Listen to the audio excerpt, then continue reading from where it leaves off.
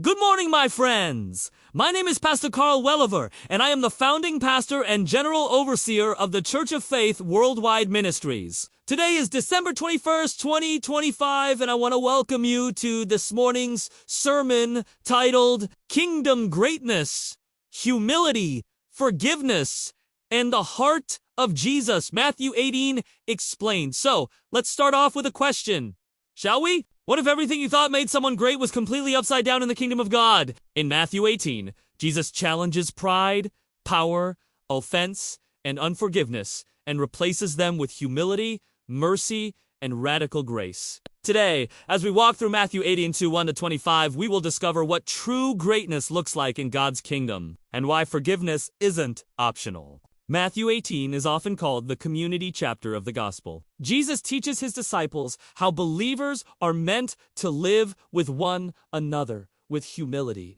care, accountability, and forgiveness. These aren't abstract ideas. They're deeply practical and deeply challenging. The disciples ask Jesus a question driven by ego. Who then is the greatest in the kingdom of heaven? Jesus responds by calling a child to himself and says, "Unless you change and become like little children, you will never enter the kingdom of heaven." In Jesus' culture, children had no status, power, or rank. Yet today we see Jesus redefining greatness as humility instead of ambition, dependence instead of self, and trust instead of control. In other words, true greatness isn't climbing higher, it's kneeling lower. Jesus then gives a sobering warning about causing little ones to stumble, whether children or believers with vulnerable faith. His language is intentionally strong.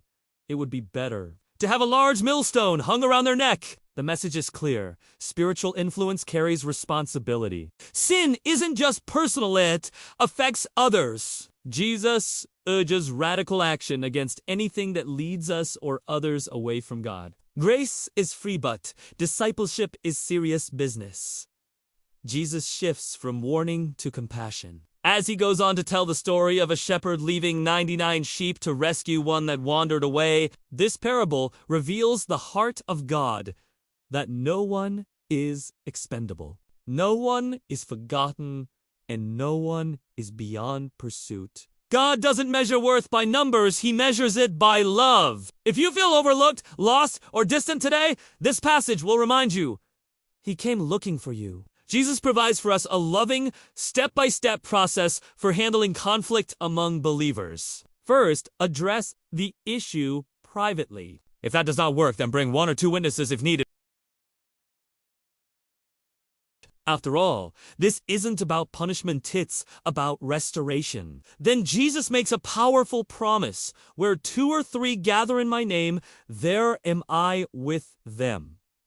What does that statement really mean? God is present not just in worship, but in reconciliation as well. Then the ever-inquisitive Peter asks a reasonable question. How many times shall I forgive? Up to 7 times? Jesus' answer may astound you.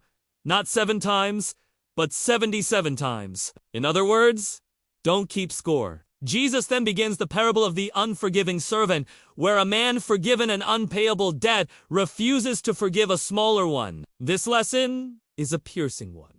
Those who receive mercy are expected to extend mercy. Forgiveness doesn't minimize the offense, it magnifies grace. Today, Matthew 18 calls us to examine our hearts. Are we walking in humility? Are we protecting the vulnerable?